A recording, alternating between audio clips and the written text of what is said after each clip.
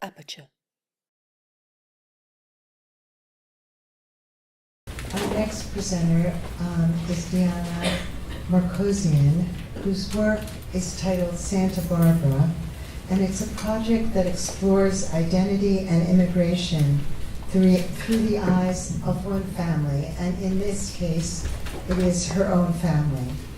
And I'm just going to very quickly give you the summary that her mother, at age 35, became a mail-order bride from Russia to the United States in 1996. And she married a man from California who was 30 years her senior and who she barely knew. And she brought her 2 children with her. And this project is a reconstruction of the emotional experience of her family coming to the United States as immigrants from the former Soviet Union. Diana. So this is you just gave a TED talk. I'm just going to improvise this as best as I can.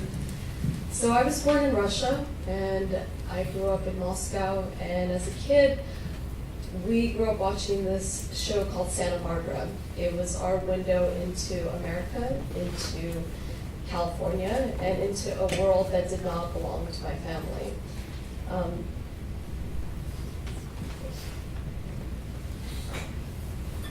So that's my mother, and at 35, this is the image that my mom sent to men in America. And my mom and my father were from Armenia, and as a family, we moved to Russia so they could study and complete their PhD. By the time the Soviet Union collapsed, my parents went from being professors to selling their own clothes on the street, and my brother and I picking bottles and changing them for money, bread, anything. And my mom saw a different life for herself. That life was seen through a television. And when I was a little girl, when I was 7, she woke me up and said we were going on a trip. The next day we arrived in California, in Santa Barbara. And I all of a sudden entered into that one world that I had seen on TV. I never knew how my mom managed to come to America, but she always said that a family friend helped us, that family friend being the man who met us at the airport. And it was only when Trump was elected that I understood that my mom had placed ads in papers and catalogs to try to leave for America. So when I learned about this, I decided to move to LA and to move to Hollywood, and I reached out to the writers of Santa Barbara to help me rewrite and kind of construct this story. And I spent about 1.5 years casting actors to play my family. So these were some of the women who came in. And it took me about 1 year to find the right mother, 1.5 years to find the stepfather, and about 7 months to find the kids. And once I did, I started working on a film and a book about the journey to come to this country. So this image is taken in the desert, and my mom described coming to America as the feeling of coming to nowhere and to no one. So I thought about the sort of welcome that we imagined and our reality.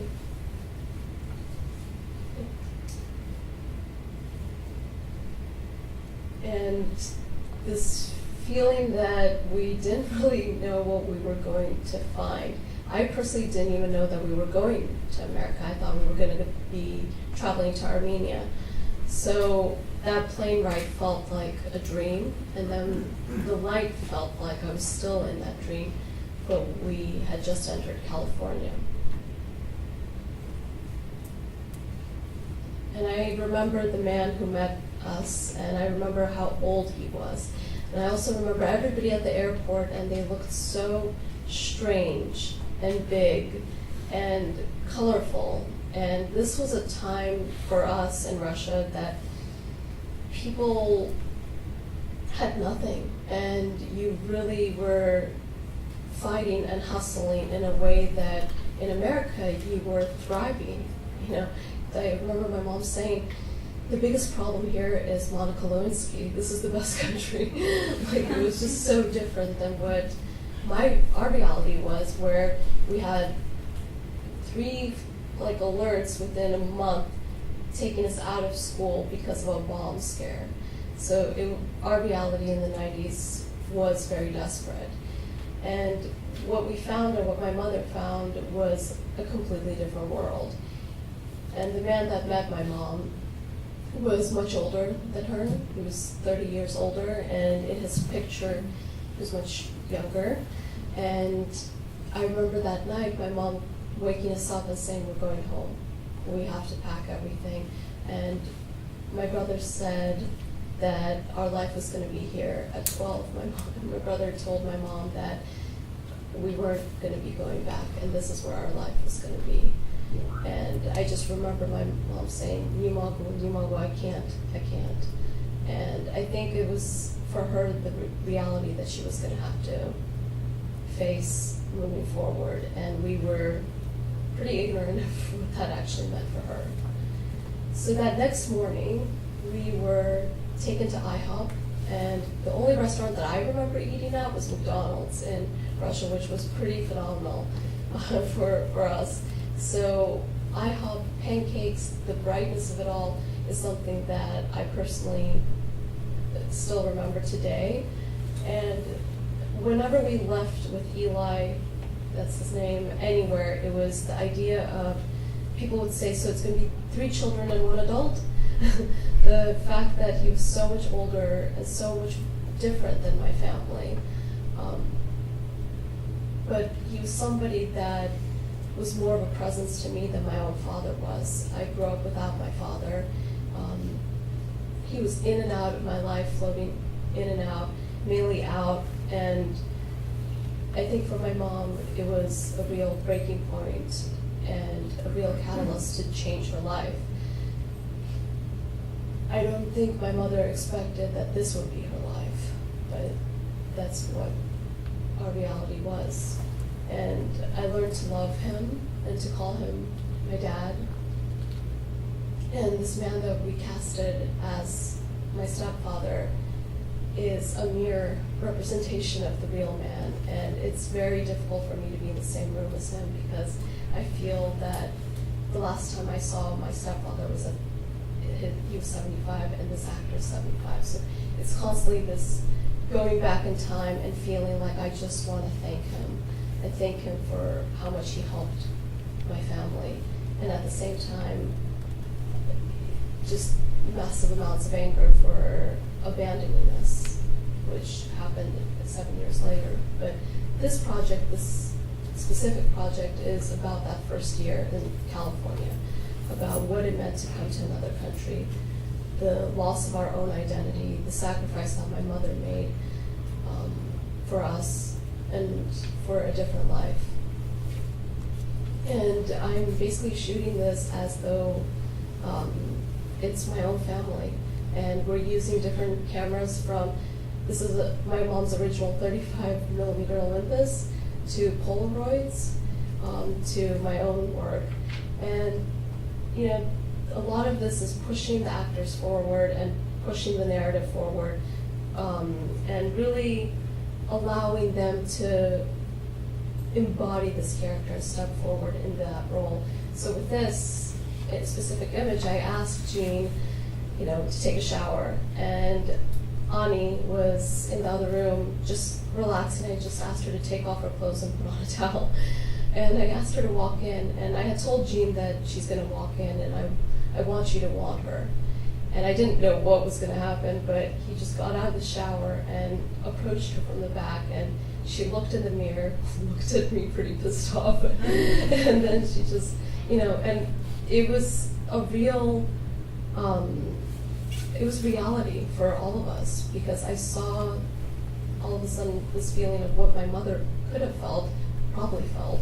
I understood Jean, and Jean understands himself in this role. And then myself as the daughter, and walking these footsteps of my own mom.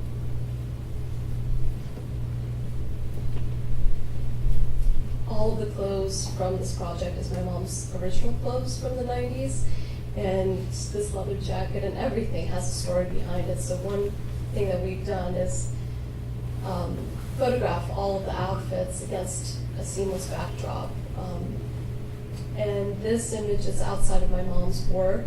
So when we moved here, my mom doesn't like the word and doesn't identify with the idea of being a mail order bride because she had a PhD in economics and she came to this country to work and got another PhD. And this is outside of her first job, which was selling men's ties at a department store. And then photographing how this man fit into our life and vice versa, how we fit into his life.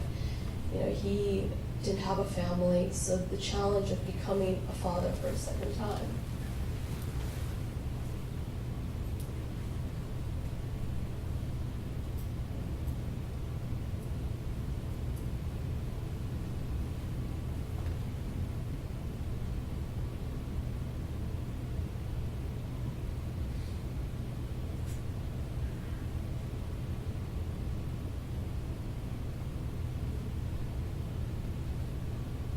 Everything's going to be mixed in with original images. Happens to be a 35 millimeter or so shot today, but I wanted to create this feeling of a photo album that we are not just photographing memories, but we're living those memories.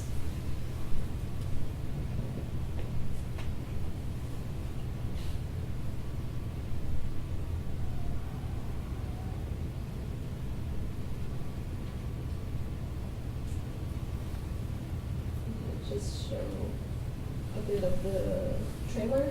And this is my own mother on set when we reconstructed the Moscow apartment in Los Angeles. And I had the actress interview my mother and had my mother walk into that apartment as though it was her first time entering that place that she had left 20 years ago.